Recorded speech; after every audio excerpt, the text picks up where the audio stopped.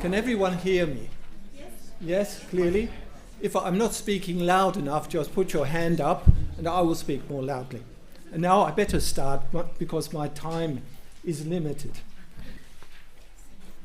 Jacques Derrida in English, his philosophical writings are not only intellectually challenging, very challenging, and stylistically complex, but also often intensely personal. Arguably, the texts that especially inspire and haunt his own in what might best be called a subterranean way are those of his North African compatriot, St. Augustine, particularly the Saint's Confessions, a text which yokes highly personal confession with far-reaching philosophical investigation. By an odd coincidence, Jacques Derrida was born in St. Augustine Street, Rue Saint Augustin, which was located, and perhaps still is located, although I doubt it, in the El Biar district of Algiers, Algeria. The family into which he was born on July the 15th, 1930, was a colonial French, Sephardic Jewish one. The shadow of St. Augustine in Derrida's writings is most evident in Circumfession, an autobiographical text that he wrote in 1993. Circumfession is an invented word, neologism, that contains two overlaid meanings. This is typical of Derrida. Derrida creates the first by replacing the con in confession with circum, which is the Latin word for around. In the context of the text's title, Circumfession, the text means a kind of confession, or perhaps even more precisely, a confession in the way of Augustine. We find the second meaning when we place the fession in circumfession with scission, a cut, and we get circumcision, the rite in which an 8 days old Jewish infant formally becomes a member of the people of the covenant. The citations from Augustine's Confessions that head most of the text's short chapters make even clearer that Derrida is conducting a dialogue with his North African compatriot, particularly on matters concerning faith and religion. Derrida's juxtaposition in Circumfession of his own departure from Judaism with Augustine's story of his relatively late conversion to Christianity makes for unsettling reading. Arrival and departure. We are led to ask the question whether Derrida's apostasy was definitive, only partial, or perhaps only apparent. Much rests on how we interpret his statement in Circumfession that he quite rightly passes for an atheist. But why didn't he simply say, "I am an atheist," proudly, out in the open? And what does he mean when he says that his is a religion without religion? Mine is a religion without religion. And mine is a messianicity without messianism. Contradiction in terms, no? What's more, if he really is an atheist, why does he tell us that he often prays? Our journey into Derrida's thought on the subject of God and religion, especially his messianicity, this is another of his many coined words, bit of a James Joyce. We'll pass through 4 stages. First, I will underline the importance of 3 events from his childhood and youth, as well as one unavoidable circumstance in the formation of his thought. I will then turn to the key concept that in various ways underpins all of his writings. Third, I will narrow in upon his eschatology, especially what he means by messianicity without messianism, or without a Messiah, one could say. Finally, I will pose the question as to whether or not Derrida can be regarded as a postmodernist philosopher, a term that he emphatically rejected when applied to himself. Emphatically. 3 events and an unavoidable circumstance impinged strongly upon how Derrida's thinking developed. I have already mentioned the circumstance. Jacques Derrida was born into a French colonial Sephardic Jewish family. He was thus no run-of-the-mill, ordinary Frenchman, what you would expect a Frenchman to be at that time. The first of the 3 events Derrida recounts in Monolingualism of the Other, an interesting title, written in 1998. He tells us in this text how badly he was affected by the Vichy government's decision in the opening years of World War II to ban the use of Algeria's native languages, especially Berber. The second event occurred a little later, when the same government placed a quota, a limit on the number of Jews that could attend government schools. As a consequence of this regulation, Derrida had to attend a Jewish secondary school. He detested it, hated it, so much that he rarely went. He played hooky most of the time. Later, after he had moved to Paris to begin his tertiary studies, higher studies in 1949, he was often mistaken for a native Algerian, owing to the natural brownness of his skin colour. Perhaps a Sephardic heritage. Okay? He had a naturally quite dark skin. In fact, Derrida ended up being a marginal in one way or another for the rest of his life. An outsider in many respects. I will now move on to the more difficult topic of Derrida's philosophy. Take a deep breath, please. Okay. Even for philosophers, he's difficult. Okay. And they annoy him, but I won't get into that. If we think about experience in general, how we experience, we have to accept that experience is conditioned by time and space as well. Every experience as such necessarily takes place in the present.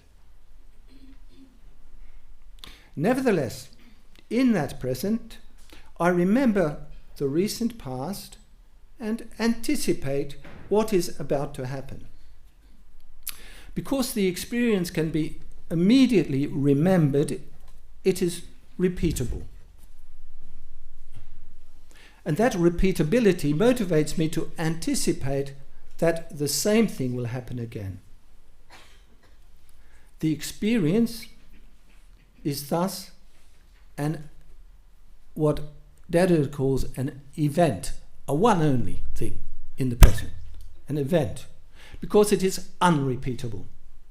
And at the same time, not an event, because it is also repeatable. On this account, we can have no experience that does not contain essentially and inseparably 2 elements, event and repeatability in the experience. This phenomenological argument, Derrida is very much a phenomenologist, like Merleau-Ponty. We criticized, but both were in many ways, well, Merleau-Ponty, a phenomenologist.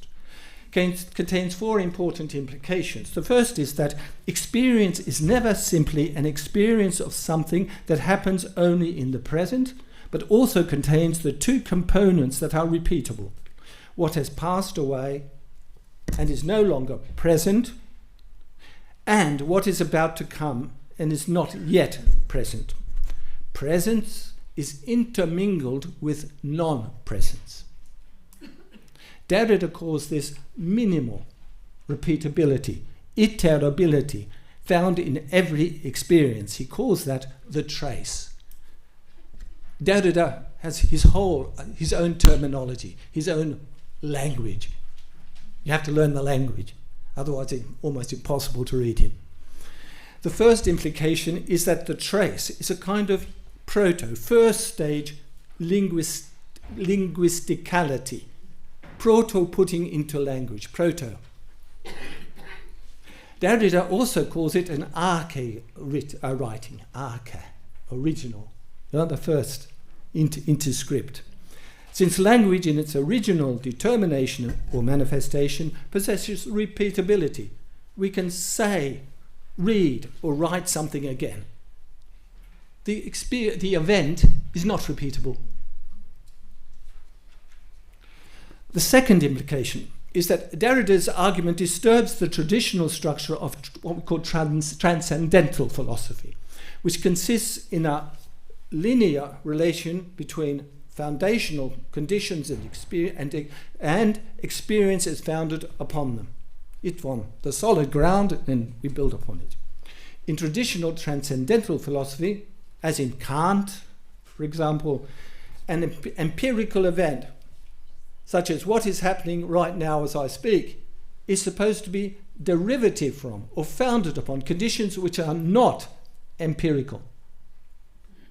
In contrast, Derrida's basic argument demonstrates that the empirical event is a non-separable component of the structural or foundational conditions. Both are there together. This theory clashes, bang, with how metaphysics is generally conceived and taught at Catholic and other Christian schools and universities. I'm not saying they can't be reconciled, but it goes against how theology is taught in most Catholic institutions. At such educational institutions, Christian, being with a capital B, as divorced from any form of empirical or material manifestation, and beyond that, God, are taken to be the founding realities or principles. Everything is based on our belief in God and on being, with a big B. We can also explain this second implication in another way. In traditional transcendental philosophy, such as that found in Plato, Aristotle, and the medieval scholastics, we always speak of a kind of first principle or origin. And that origin is always conceived as self-identical. Being is being. God is God. Yet in Derrida's case, we see that the origin is immediately divided and thus not self-identical. It is as though the fall into division and separate empirical events has always already taken place. It starts, if you like, with the fall into division and separation. Derrida calls this kind of origin heterogeneous, different. The origin is heterogeneous immediately, from the start. The third implication is that if the origin is always heterogeneous, then nothing is ever given as such in certainty. Derrida's most famous two words was, well, one word was perhaps. Perhaps. Whatever is given as other than itself, as already past or still to come. Because it's repeatable. What becomes foundational in Derrida, therefore, is this as. Something comes as something else. Origin is the heterogeneous as. The as means that there is no knowledge as such. There is no truth as such. There is no perception, apprehension, or intuition of anything as such. What is other than the event is already there from the beginning. First as the proto-language within the experience that is inseparable from the event itself, and then in the repeatable signs of language. The fourth implication, and the last, is that if something like a fall has always taken place, we're already in the fall, and this has occurred essentially or necessarily, then every experience contains, and this is difficult, Derrida, an aspect of lateness. Experience, the event, and then a little after comes the remembrance or the anticipation of that event. It seems as though I am always late for the origin, always late. Since it seems to have always already disappeared.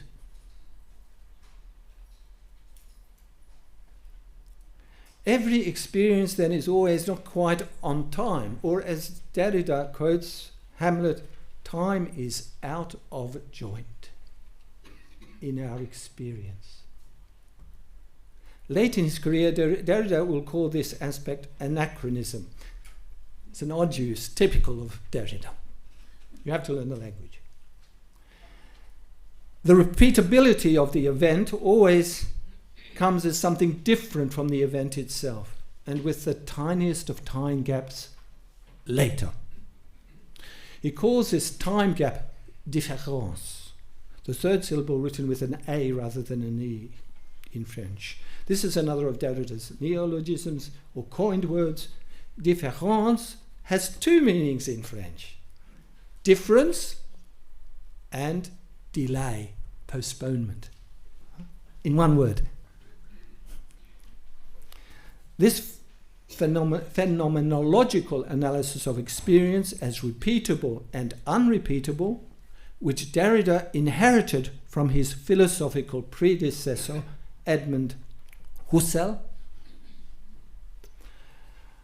has major consequences for his religion without religion, and now we come to the point, and messianicity without messianism.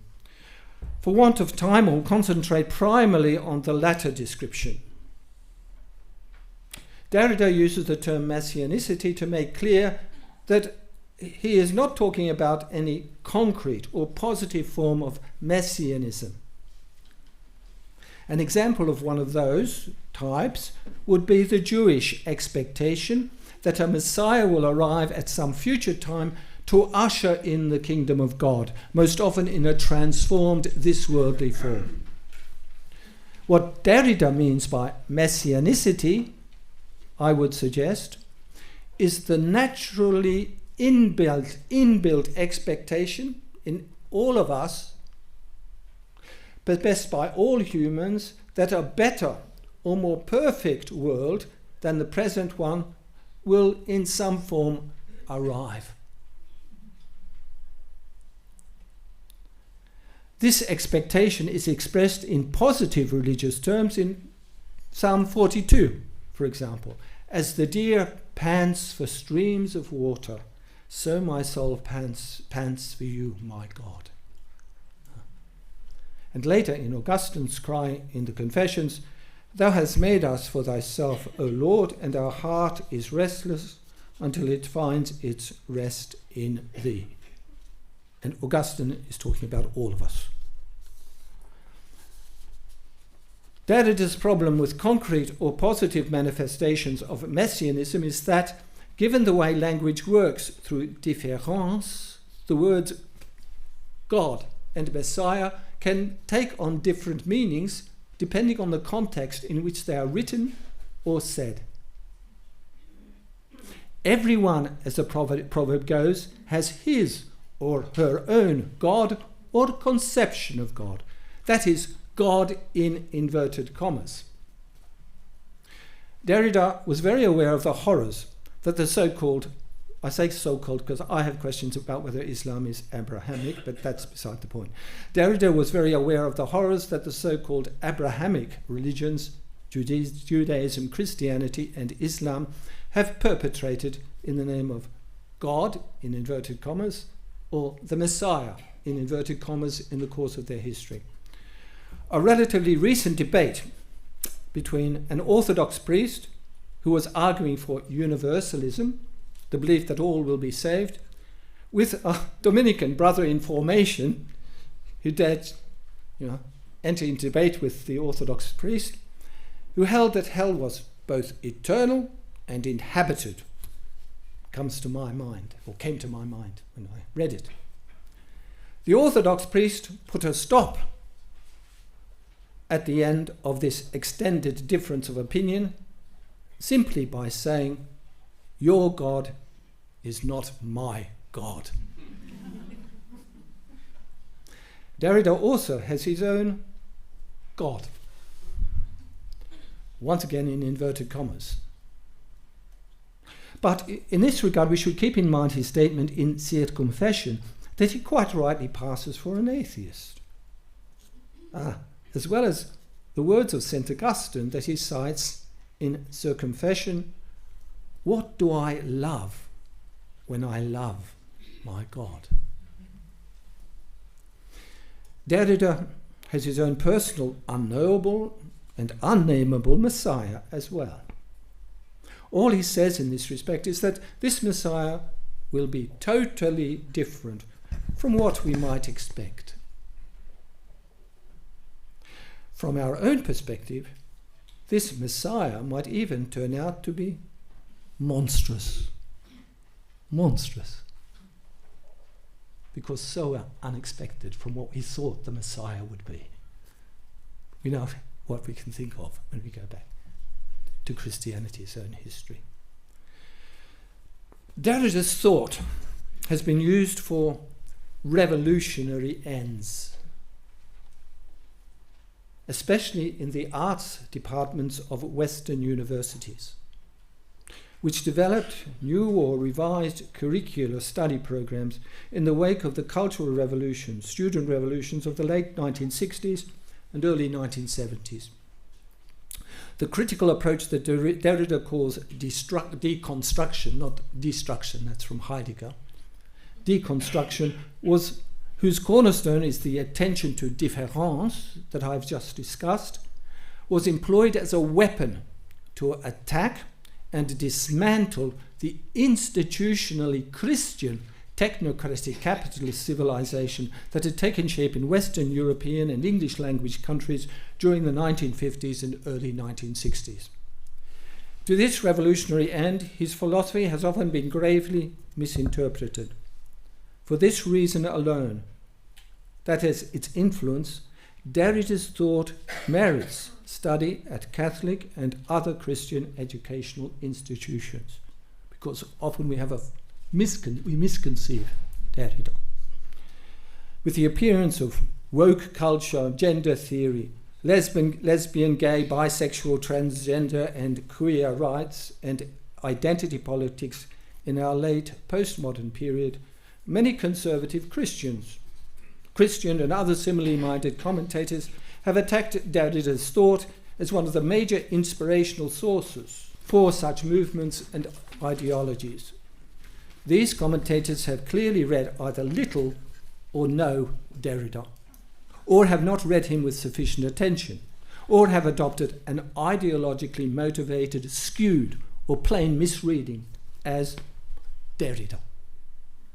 Even when all the cultural warring of the last 60 years and that are still going on Despite all this, Derrida's writings still stand amongst the major intellectual achievements of the 20th and early 21st centuries. Thank you.